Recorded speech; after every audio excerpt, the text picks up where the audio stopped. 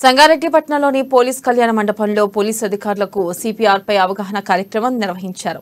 వైద్యులు రాష్ట్ర ప్రభుత్వ ఆదేశాల మేరకు ఈ కార్యక్రమం చేపట్టినట్లు ఎస్పీ రామన్ కుమార్ తెలిపారు. ఇక cardio pulmonary resuscitation automatic external defibrillator golden hour లో మనిషి ప్రాణాన్ని కాపాడేందుకు ఎంతగానో దోహదపడుతుందని ప్రతి ఒక్కరూ దానిపై అవగాహన కలిగి ఉండాలని వైద్యులు డాక్టర్ రోహిత్ మలుచా సూచించారు.